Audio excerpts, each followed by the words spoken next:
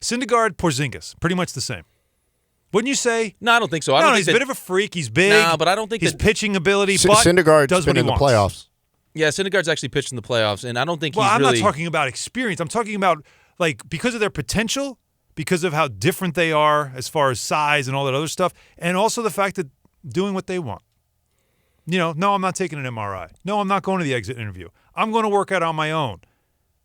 You know what I mean? It's kind of the same, right? And a young player that you should make sure, like, wait, we got something special, and we got him for R.A. Dickey. Yeah, and you got Darno in that deal too. But again, well, you're welcome for that. But listen, it goes back to, though, it's exactly what we keep talking about the teams that we root for outside of your Yankees is they need to create the culture first and then worry about the players that they bring into it. Well, how do you create a culture without the players? Like, what comes first? Well, I think what comes first is some stability up top, good leadership that sets the tone. Well, that's what Sandy was supposed to be.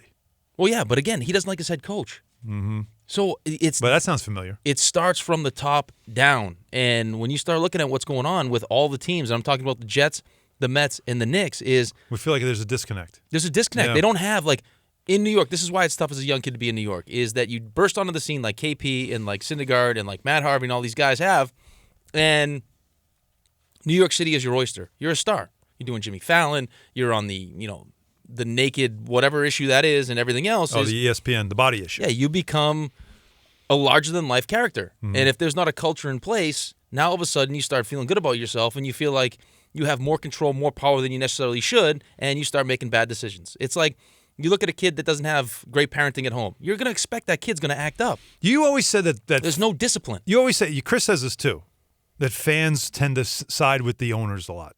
Fans will side with the team a lot, except here in New York, fans will always go with the player. Odell, Melo. It just seems like the player is always right, the team is wrong. The team is not right to force this player to abide by rules. How dare the team say that the player has a flaw in his game? How dare you say that? Isn't it like it's always about the player here in New York than anything else, and the team is at fault? And you wonder why you can never build anything.